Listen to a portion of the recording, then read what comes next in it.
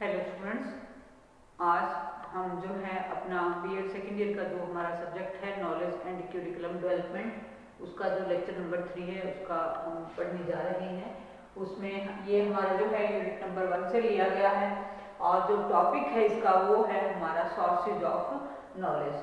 ठीक है, यानी कि ज्ञान के स्रोत कौन कौन से हैं। इससे पहले हमने पढ़ा कि ज्ञान का अर्थ क्या है, ज्ञान की परिभाषा क्या है और जो ज्ञान है उसको हम कैसे, आज हम पढ़ने जा रहे हैं कि ज्ञान को हम कैसे प्राप्त कर सकते हैं। सोर्सेज का मतलब क्या होता है? सोर्सेज का मतलब होता है कि जिस चीज कोई सोर्स हमें मिले जिससे कि हमें पता चले कि हमें इस चीज की प्राप्ति जो है वो कहाँ से हुई है। ठीक है स्टूडेंट्स, तो जो मीनिंग ऑफ सोर्सेज है वो क्या है? वो है, सबसे पहले हम सोर्सेज की बात करें कि सोर्सेज, मीनिंग ऑफ सोर्सेज क्या है। तो सोर्सेज क्या है? Sources is originating cause that from which anything rises or originates, यानी कि जहां से किसी भी ज्ञान की प्राप्ति शुरू होती है या जहां से ओरिजिन होता है किसी भी चीज का, जहां से उदय होता है किसी भी चीज का, वो चीज हमारा क्या है? सोर्स है। तो ज्ञान का उदय कहाँ से होता है, इसको हमने आज पढ़ना है कि ज्ञान की जो प्राप्ति है वो कहाँ से होती है। इसमें सबसे पहले जो है हम जो दर्शन की बात करेंगे कि दार्शनिक विचारों का जो उद्गम है वो क्या है। ओरिजिन ऑफ फिलॉसफी जो है वो ज्ञान के वे सोर्सेज हैं जिनसे ज्ञान की उत्पत्ति हुई है, और ज्ञान का क्या है, ज्ञान के उद्गम का मूल कारण भी क्या है, हमारा दर्शन ही है। विभिन्न जो दर्शन शास्त्री हुए हैं उन्होंने ज्ञान के स्रोतों के विषय में अपने विचार दिए हैं, अलग अलग विचारधाराएं आई हैं, अलग अलग आइडियाज आए हैं, उन सबके अपने अपने व्यूज हैं जिनमें से हम मेनली कुछ एक व्यूज को पढ़ेंगे।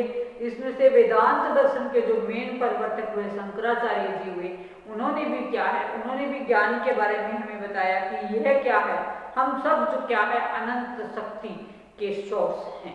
अनंत शक्ति मतलब असीम शक्ति, जिसको कि हम आध्यात्मिकता के साथ भी जोड़ सकते हैं। ठीक है, तो हम सब क्या है, उसका एक सोर्स है, और अज्ञान बस क्या है, हम अपनी शक्ति को पहचान नहीं सकते हैं, है ना, क्योंकि क्या है, एक माया रूपी जो आवरण जिसको हम कहते हैं ना, या अज्ञानता रूपी आवरण जिसको हम कहते हैं, उसके कारण जो है वो हम इसको पहचान नहीं सकते। और उन्होंने क्या है, ज्ञान प्राप्ति के मुख्य रूप से 3 सोर्सेज की बात इन्होंने की। कौन कौन से 3 मुख्य सोर्सेज हैं? फर्स्ट है हमारा प्रत्यक्ष ज्ञान। दूसरा हमारा प्रत्यक्ष ज्ञान क्या होता है, जिस ज्ञान को हम डायरेक्ट जो है वो सीखते हैं, डायरेक्ट अपनी आंखों से देखते हैं और उससे जो हमें अनुभव प्राप्त होता है, वो ज्ञान हमारा क्या कहलाता है, प्रत्यक्ष ज्ञान कहलाता है। उसके बाद हम बात करते हैं अनुमान की। अनुमान का मतलब कि जहां हमें अंदाजा हो जाता है किसी चीज का, हम अनुमान लगा लेते हैं कि हाँ ये ऐसा होगा या इसके होने के पीछे ये वाला कारण है, तो उसको हम क्या कहेंगे, अनुमान कहेंगे। उसके बाद हम शब्द की बात करते हैं कि शब्दों से जो ज्ञान की प्राप्ति होती है, कि आज तक हमारे पास जाने कितने जो ऐसे ग्रंथ, ऐसे हमारे पास जो एक से एक मैं कहूँगी कि सामग्री जो हमारे पास रिटर्न में जिसमें लिखी हुई है, शब्दों के रूप में जो लिखी हुई है, तो वो जो चीज है वो क्या है, वो हमारे ज्ञान का सोर्स है। देखो भागवत गीता की अगर हम बात करें तो किसी जमाने में लिखी गई थी, रामायण को किसी जमाने में लिखा गया था, महाभारत के भी लिखने का बहुत मतलब समय उसको गुजर गया, हमारे वेद जो है वो हमारे आदि ग्रंथ हैं, है ना। तो वहां जो ज्ञान उस समय उनको उसमें शामिल किया गया, वो ज्ञान जो है पीढ़ी दर पीढ़ी हम उस ज्ञान का जो है वो अपने लिए प्रयोग कर रहे हैं। हम वहां से जो है आज भी अपनी समस्याओं का समाधान वहां से पा रहे हैं, वहां से हम ढूंढ रहे हैं। तो वो किसके थ्रू है, वो शब्दों के थ्रू है ना, कि शब्दों के रूप में जो ज्ञान हमारे पास उपलब्ध है, जो पिरोया गया है शब्दों के रूप में, ग्रंथों के रूप में, जो वो जो ज्ञान है वो क्या कहलाता है, हमारा शब्द ज्ञान कहलाता है। ठीक है, इसके बाद बहुत सारी विचारधाराएं हमारे भारत में आई। कौन कौन सी वो मुख्य विचारधाराएं हैं उनके बारे में अगर मैं थोड़ा सा आपको बताऊं तो कहता है कि जो न्याय दर्शन है ये क्या है, ये भी एक हमारा क्या है, फिलॉसफी है, न्याय फिलॉसफी के नाम से जिसको जाना जाता है। तो ये जो दर्शन है ये क्या कहता है, ये कहता है कि जो हमारे ज्ञान की प्राप्ति का सोर्स है वो क्या है, फर्स्ट हमारा प्रत्यक्ष ज्ञान है। जैसा कि मैंने अभी बताया कि जिन चीजों को हम डायरेक्टली देख पाते हैं, जो हमें प्रत्यक्ष रूप से हासिल होता है वो हमारा प्रत्यक्ष ज्ञान हो गया। जो हमें अनुमान से मिले वो भी हमारे ज्ञान का रूप है। ठीक है, कि जिस चीज को हम अनुमान से प्राप्त करें वो क्या होगा, हमारा अनुमान पर आधारित ज्ञान होगा। उसके बाद उपमान। उपमान भी क्या है? उपमान क्या होता है? जब हम किसी भी चीज का उपमान दे देते हैं, किसी भी चीज को हम दिखा देते हैं, तो वो जो ज्ञान क्या है, मतलब सिमिलर हम किसी चीज को दिखाएं तो वो हमारा ज्ञान उपमान के अंदर आता है। फिर वही शब्द जो मैंने अभी आपको यहाँ पे बताया। तो ये जो चार चीजें हैं, जो न्याय दर्शन कहता है कि जो ज्ञान है, हमारा ज्ञान की प्राप्ति का जो सोर्सेज है, वो चार चीजें हैं मेन। चार बातें कौन कौन सी हैं? प्रत्यक्ष ज्ञान, आपका प्रत्यक्ष तरीका ज्ञान प्राप्त करने का, फिर आपका अनुमान के आधार पर, फिर उपमान के थ्रू, और फिर क्या है? शब्द के थ्रू। ठीक है स्टूडेंट्स। उसके बाद हम बात करें सांख्य दर्शन की, कि सांख्य दर्शन के अंदर क्या है?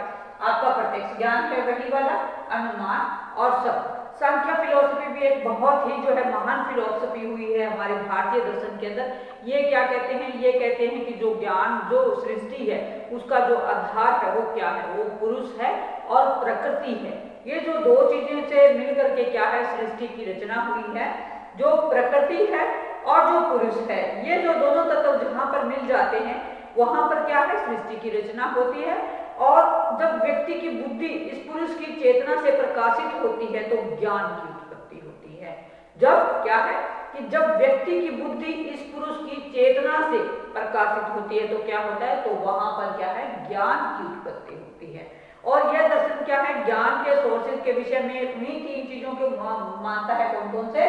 वही जो मैंने अभी बताए, प्रत्यक्ष ज्ञान, अनुमान ज्ञान, शब्द ज्ञान। ठीक है स्टूडेंट्स। इन दर्शनों के अलावा भी जो है हमारे पास एक बहुत सारी इज्म आए हैं, जो बहुत सारी धारणाएं हमारे पास हैं, वो भी जो है वो उसका संदेश हमें देते हैं।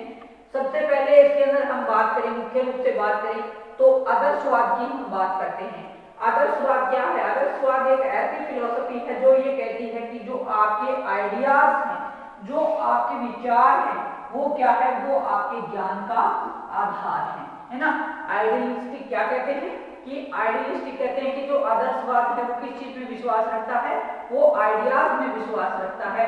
तो जो ज्ञान है वो क्या? वो आपका अंतर प्रज्ञा है, आपका आपके अंदर जो आपकी बुद्धि है, उसी से ज्ञान की प्राप्ति होती है। आपके अपने विचार ही हैं जो कि आपके ज्ञान का आधार है।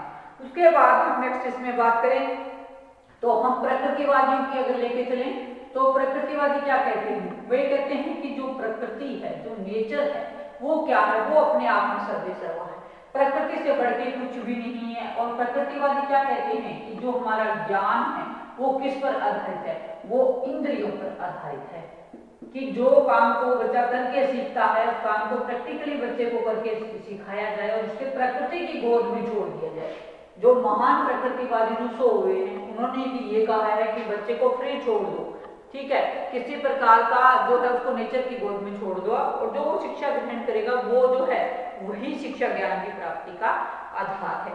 इसके बाद और जो फिलोसफी आई जिसको हम प्रयोगवाद के नाम से जानते हैं या प्रयोजनवाद के नाम से जिसको जानते हैं, है ना। तो प्रयोजनवादी क्या कहते हैं? प्रयोजनवादी कहते हैं, प्रयोजनवादी और प्रयोगवादी एक ही हैं। ये क्या कहते हैं कि जब हम किसी बच्चे को क्रिया करके सिखाया जाए, किसी काम को क्रिया के करने पर, क्रिया का मतलब क्या होता है? किसी काम को करना, ठीक है। तो क्रिया के द्वारा जो प्राप्त ज्ञान है वो ज्ञान क्या है? वो ही ज्ञान का मुख्य आधार है। क्रिया के द्वारा प्राप्त ज्ञान हम इसमें शामिल करेंगे। तो ये जो फिलोसफी हमारी है, ये आज भी हमें शिक्षा के क्षेत्र में इनका अपना योगदान है। इनके सबके अपने टीचिंग मेथड्स हैं, सबके अपना क्यूरिकुलम है, सबको इनके फॉलोअर्स हैं, और हमारे को जो कैसे हमने पढ़ना है, कैसे हमने अनुशासन रखना है, किन विधियों को हमने अपनाना है, ये आज भी जो है वो हमें क्या है? एक जो है सूत्रधार का काम हमारे लिए करते हैं, मार्गदर्शन हमारा करते हैं। ठीक है स्टूडेंट्स। इसके बाद जो है ज्ञान के सोर्सेज जो अनुभववादी हैं, प्रयोगवादी हैं, वो क्रिया के करने से क्या प्राप्त होगा? अनुभव हमें प्राप्त होगा। तो जो अनुभव पर आधारित जो ज्ञान है वो किसमें? हमारे प्रयोजनवादी स्वीकार करते हैं। इसके अलावा भी जो है बहुत सारे ऐसे दार्शनिक हुए हैं जिनकी दृष्टि से जो ज्ञान के मुख्य जो है सोर्सेज माने जाते हैं। अब हम और सोर्सेज की बात करें यहाँ पर तो बहुत सारे मतलब सबसे पहले हम इसमें विभिन्न दार्शनिकों के विचारों को हम लेते हैं। तो फर्स्टली हमारा इसमें जाएगा कि जो ज्ञान इंद्रियों पर आधारित ज्ञान है वो ज्ञान क्या है? वही हमारे ज्ञान का आधार है। इंद्रियों पर आधारित ज्ञान, ये आप कई बार पहले भी पढ़ा चुके हैं इस चीज को कि जो ज्ञान इंद्रियों से प्राप्त होता है, हमारी जो 5 इंद्रियां हैं, ज्ञान इंद्रियां हैं 5, उन्हीं से जो ज्ञान प्राप्त होता है। तो फर्स्ट पॉइंट हम इसमें लिखेंगे इंद्रियों पर आधारित ज्ञान, इंद्रियों पर आधारित ज्ञान, आधारित ज्ञान। जिस ज्ञान को हम अपनी इंद्रियों से प्राप्त करें वही ज्ञान क्या है, वही ज्ञान का हमारा सबसे आधार है। ठीक है, इंद्रियों से हमें क्या प्राप्त होता है, इंद्रियों पर आधारित जो ज्ञान है उससे हमें अनुभव प्राप्त होता है ना।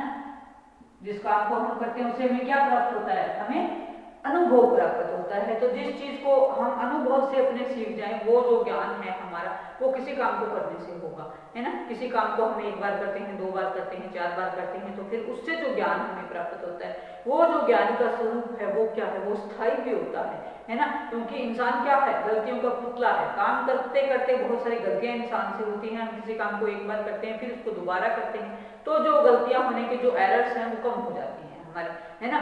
तो जो ज्ञान की प्राप्ति में ये जो इंद्रियां हैं हमारी, ये बहुत अधिक सहायक हैं।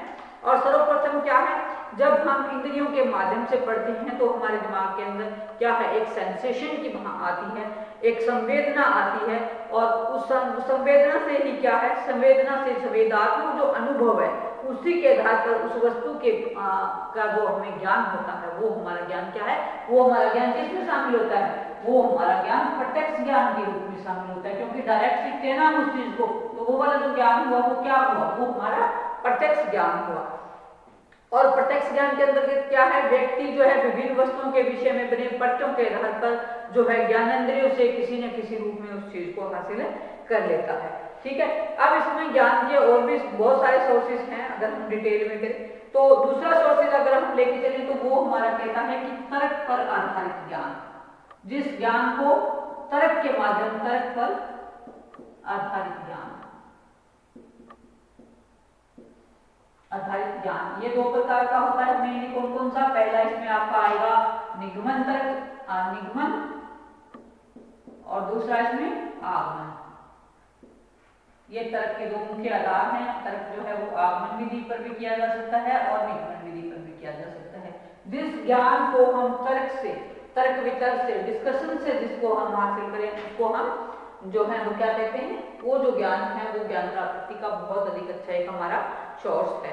इंद्रिय अनुभव के बाद ये हमारा दूसरा महत्वपूर्ण सोर्स है जिसमें हम पहले से जो ज्ञान, प्रतिज्ञप्तियों का ज्ञान या प्रीपोजिशंस के आधार पर क्या है, अन्य प्रतिज्ञप्ति के ज्ञान तक हम पहुंच जाते हैं। दूसरे शब्दों में हम यह भी कह सकते हैं कि पूर्व ज्ञान के आधार पर नवीन ज्ञान को जब हम प्राप्त करते हैं तो ये जो ज्ञान है हमारा क्या है, मनुष्य जो है, मनुष्य में इतनी क्षमता होती है कि वह पहले से प्राप्त ज्ञान को व्यवस्थित करके भी जो है नए ज्ञान को हासिल कर सकता है और नए मार्ग तक पहुंच सकता है। और ज्ञान का ये बहुत ही अधिक महत्वपूर्ण स्रोत है क्योंकि इसके द्वारा हम क्या है, हम वर्तमान का, भूत का और भविष्य का, तीनों कालों का ज्ञान जो है वो तर्क के आधार पर हम प्राप्त कर सकते हैं। जबकि जो सेंस ऑर्गन्स पर जो आधारित ज्ञान है वो क्या है, वो केवल आपका वर्तमान काल से ही संबंधित है कि हम जिन चीजों को डायरेक्टली देखेंगे वो कब देखेंगे, वो प्रेजेंट में देखेंगे, ना ही तो हम पास्ट में उसको देखेंगे, ना ही हम फ्यूचर में उसको चेक करेंगे। ठीक है, अब जब निगमन की बात आती है तो तर्क के प्रकार हैं, ये कौन कौन से तर्क के, मैंने 2 प्रकार कौन कौन से हुए, निगमन और आगमन। हम इनको क्या कहेंगे, प्रकार। ठीक है, निगमन में हमें क्या पढ़ना है, निगमन में हम यही कहेंगे कि जो यदि अधिकारियां जो होती हैं, आधारें जो होती हैं सत्य है तो उनसे प्राप्त के निष्कर्ष भी हैं वो भी सत्य होते हैं। और जो है कहते हैं कि इसमें एक एग्जाम्पल इन्होंने दिया है कि सब मनुष्य मरणशील है, यह एक आधारिका है, या क्या है, सभी व्यक्ति जो है क्या है, मरणशील है, ये सत्य है, ये आधार है किसी चीज का, तो हम इसको क्या कहेंगे, हम इसको आधारिका कहेंगे। तो क्या है, राजा भी एक मनुष्य है और राजा एक मनुष्य है तो वो भी क्या हुआ, वो भी मरणशील हुआ। तो इस प्रकार की जब हम स्टेटमेंट देते हैं तो इसका अर्थ क्या हुआ कि सभी मनुष्य मरणशील है, और ये क्या है, ये एक आधारित कथन है जो कि किस पर आधारित है, आपका निगमन प्रणाली पर आधारित है। फिर जब हम आगमन की बात करते हैं तो आगमन में हम क्या करते हैं कि आधारिकाओं के सत्य होने मात्र से निष्कर्ष की सत्यता सिद्ध जो है वो इसमें नहीं होती है। उदाहरण के लिए हम एक सामान्यीकरण कर लेते हैं कि जो से आपने कोई लकड़ी का टुकड़ा लिया और देखा कि वो पानी के ऊपर तैर रहा है ना, तो जो और भी बहुत सारे ऐसे लकड़ी के टुकड़े आपको मिलेंगे जो कि आपके जो है और या कोई लकड़ी के जैसी भी कोई चीज है तो वो आपको तैरती नजर आएगी। तो ये जो निष्कर्ष है कि लकड़ी पानी में नहीं डूबती है, ये निकल के आपके सामने आएगा। तो इस प्रकार का जो आपका ज्ञान है वो किसमें निकलेगा, आपका आगमन के आधार पर इसको माना जाएगा। और कहता है कि यह जो ज्ञान है आपका, मान लो एक एग्जाम्पल इसमें हम और भी ले सकते हैं, तो कितने भी एग्जाम्पल इसके अंदर लिए जा सकते हैं। तो यहाँ पर क्या है, आधारिका की सत्यता, निष्कर्ष की सत्यता के लिए पूर्व प्रमाण की इसमें आवश्यकता नहीं होती। और आधारिका के सत्य होने पर भी सभी देखे या अनदेखे कौवों का रंग काला होना ये सिद्ध नहीं होता। यहाँ पर हम कौवों का भी जो एक एग्जाम्पल लेते हैं कि एक कौवा काला है, इसका अर्थ है कि सभी कौवे काले हैं, है ना। तो इस तरह के बहुत सारे एग्जाम्पल इसमें आगमन विधि में और निगमन विधि का प्रयोग करते हुए जो है हम तर्क का सहारा लेकर के ज्ञान की प्राप्ति कर सकते हैं। इसके बाद थर्डली हम बात करते हैं तर्क बुद्धि के आधार पर प्राप्त ज्ञान के अलावा ज्ञान का जो अन्य है वो है आपका आपत वचन या टेस्टिमनी, जिसको हम कहते हैं आपत वचन। ये ज्ञान जो क्या है, ये ज्ञान ना ही तो आपका जो है वो इंद्रियों पर आधारित ज्ञान है और ना ही तर्क पर आधारित है। ये ज्ञान किस पर आधारित है, ये ज्ञान आपका अधिकारियों पर आधारित है। स्पेशली जो स्पेशलिस्ट होते हैं किसी भी क्षेत्र के या जो विशेषज्ञ होते हैं उन पर ये आधारित है ये ज्ञान, है ना। इसमें ना ही तो हम अनुभवों का प्रयोग करते हैं और ना ही बुद्धि का प्रयोग करते हैं। तर्क में हम बुद्धि का प्रयोग करते हैं, लेकिन इसमें क्या है, हमारे स्पेशलिस्ट होते हैं। जैसे कि हमें भूगोल का जो ज्ञान लेना है तो हमें कौन देगा, वो जो ज्ञान है हमें भूगोल के एक्सपर्ट से मिलेगा। अगर हमें हिस्ट्री का ज्ञान लेना है तो वो कहाँ से मिलेगा, वो भी आपको जो हिस्ट्री का आपका विशेषज्ञ वही देगा। समाज शास्त्र के विशेषज्ञ हैं, इसी प्रकार से भाषा के विशेषज्ञ हैं। और जैसे आपको वो एक कहते हैं गुरुत्वाकर्षण का जो बल है वो किसने दिया, वो न्यूटन ने दिया, है ना। तो वो क्या था, वो उसका क्या था, एक्सपर्ट ही था ना। तो ये ज्ञान, इस ज्ञान को हम एक्सपर्ट की सहायता से हासिल करें उसको हम क्या कहते हैं, आपस ज्ञान कहते हैं, ठीक है। उसके बाद हम फोर्थ पॉइंट इसमें बात करते हैं अंतः प्रज्ञा की। अंतः प्रज्ञा क्या होती है, अंतः प्रज्ञा ज्ञान, जिस ज्ञान को हम, अंतः का मतलब क्या हुआ, आंतरिक, और प्रज्ञा का मतलब क्या हुआ, बुद्धि। आंतरिक प्लस बुद्धि, जिस ज्ञान को हम अपनी बुद्धि के आधार पर प्राप्त करते हैं उस ज्ञान को हम स्टूडेंट्स क्या कहते हैं, अंतः प्रज्ञा ज्ञान। तो ये वाला जो ज्ञान है ये क्या है, ये ज्ञान का एक बहुत ही महत्वपूर्ण सोर्स है। और लेकिन क्या है, अंतः प्रज्ञा का कोई स्वरूप स्पष्ट हमारे पास नहीं होता है, यानी कि हमारे पास कोई फॉर्म नहीं है, इसकी दिखाई नहीं देता ये अंतः प्रज्ञा ज्ञान। इसको क्या है, जस्ट महसूस किया जा सकता है और ये हर व्यक्ति के बस की बात नहीं है। यानी कि हर व्यक्ति का जो अनुभव है वो उसको अलग अलग होता है हर व्यक्ति का। और क्या है, संपूर्णता का जब बोध व्यक्ति को होता है और उसकी जो अनुभूति होती है उसका जो नाम है वो क्या है, आपका अंतः प्रज्ञा है। और इसके अलावा अगर हम बात करें इसमें, तो एक ज्ञान का जो प्रयोग है, इसके बहुत सारे स्टेटमेंट्स इसके अंदर अंतः प्रज्ञा के अंदर दी जा सकती है। जैसे कि एक वो कहते हैं ना कि बहुत ही पुरानी डेफिनेशन है कबीर जी की, एक दोहा उन्होंने लिखा है कि लाली मेरे लाल की जित देखूं तित लाल, लाली देखकर मैं गई मैं भी हो गई लाल। यानी कि क्या है, ये जो महसूस किया गया ज्ञान है वो अंतः प्रज्ञा पर आधारित ज्ञान है ना। उसके बाद नेक्स्ट हम इसमें कहें प्रयोगात्मक ज्ञान, जिस ज्ञान को हम प्रयोग के द्वारा, प्रयोगात्मक ज्ञान, प्रयोग के द्वारा जब हम जिस ज्ञान की प्राप्ति हमें हो जाए तो वो भी क्या है, वो भी ज्ञान प्राप्ति का हमारा एक महत्वपूर्ण सोर्स है, तरीका है ना। और प्रयोगात्मक में क्या है, वैज्ञानिकों के द्वारा किए गए प्रयोगों से हमें प्राप्त होता है ये वाला ज्ञान। और ये प्रयोग क्या है, कंट्रोल सिचुएशन के अंदर किए जाते हैं। प्रयोग को कहाँ करते हैं हम, देखिए साइंस के जो प्रयोग होते हैं वो कहाँ पर होते हैं, वो लेबोरेटरी के अंदर होते हैं, है ना, निरीक्षण के अंदर होते हैं, जहाँ पे कंट्रोल इन्वायरमेंट बनाया जाता है और जो उसको आपका जो प्रयोग है उसको जो परिस्थितियां हैं उसको नियंत्रित की जाती हैं और कोई भी जो है इसके अंदर आंतरिक या बाह्य जो डिस्टर्बेंस है वो नहीं होने दी जाती, इसीलिए इसको कंट्रोल इन्वायरमेंट कहा जाता है। वहाँ के जो रिजल्ट होते हैं वो क्या होते हैं, वो जो है वो फिक्स होते हैं, है ना। उस एक निश्चित इन्वायरमेंट के अंदर जिसको उस प्रयोग को हम दोबारा भी करें तो क्या है, वो दोबारा भी उसके सेम रिजल्ट आते हैं, है ना। तो इस प्रकार का जो ज्ञान है वो क्या कहलाता है, हमारा जो हमारे फिजिक्स के हैं, साइंस के हैं, केमिस्ट्री के हैं, जो जितने हम लैबों के अंदर करते हैं वो वाले जो नॉलेज है वो हमें कहाँ से प्राप्त होती है, वो प्रयोगात्मक ज्ञान का ही एक हमारा फॉर्म है। फिर हम इसमें 6 पॉइंट बात करते हैं श्रुति ज्ञान। श्रुति का मतलब क्या हुआ, सुनना, श्रुति ज्ञान।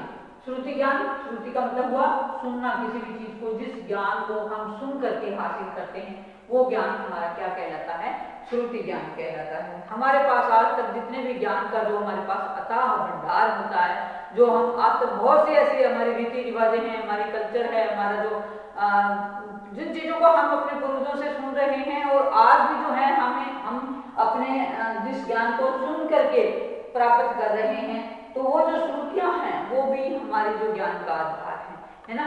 ज्ञान प्राप्ति में श्रुतियों का बहुत अधिक योगदान रहता है, क्योंकि हर चीजें हम पढ़ करके या देख करके हासिल नहीं कर सकते, कुछ चीजों के लिए हमें क्या करना पड़ता है, सुनना भी हमें पड़ता है ना। तो ये जो थे ज्ञान का अंतः प्रज्ञा का, और जो अंतः प्रज्ञा क्या सॉरी आपका श्रुति ज्ञान पर आधारित ज्ञान था। श्रुति ज्ञान का संबंध क्या है, धार्मिक ज्ञान से भी होता है, और ज्ञान के लिए श्रुति ज्ञान क्या है, बहुत ही महत्वपूर्ण सोर्स है ज्ञान का।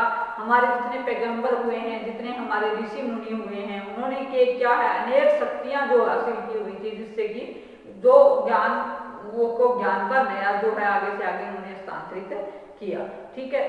और क्या है, ये जो ज्ञान है काल और देश की सीमाओं से बंधा हुआ नहीं होता, और यह सार्वभौमिक होता है, और इसमें किसी प्रकार का जो परिवर्तन है वो नहीं होता है, ठीक है स्टूडेंट्स। तो ये हमारा जो क्वेश्चन था आज, हमारा सोर्सेज ऑफ नॉलेज कौन कौन से हैं। इसके अलावा भी जो है वो ज्ञान प्राप्त करने के लिए बहुत सारे तरीके हैं, क्योंकि ज्ञान क्या है, ज्ञान एक ऐसी प्रोसेस है जिसका कि कोई अंत नहीं है, कोई सीमा नहीं है, किसी भी समय कहीं भी प्राप्त किया जा सकता है, और ये लॉन्ग लाइफ चलता है ना। इसमें कोई ये नहीं है कि आपने स्कूल छोड़ दिया तो आप ज्ञान प्राप्त नहीं कर सकते, आपने कॉलेज छोड़ दिया तो आप ज्ञान प्राप्त नहीं कर सकते, आपकी पढ़ाई खत्म होगी तो आपका ज्ञान खत्म हो गया, है ना। ऐसा नहीं है, ज्ञान क्या है, एक कंटिन्यूस प्रोसेस है। जैसे जैसे इंसान जीवन जीता चला जाता है, उसको चाहे वो फॉर्मली, चाहे वो नॉन फॉर्मली, चाहे इनफॉर्मली, ठीक है, किसी भी तरीके से जो हमें अनुभव प्राप्त होते हैं, जो उसका तरीका हमारा इंद्रियों पर आधारित भी हो सकता है, तर्क पर आधारित भी हो सकता है,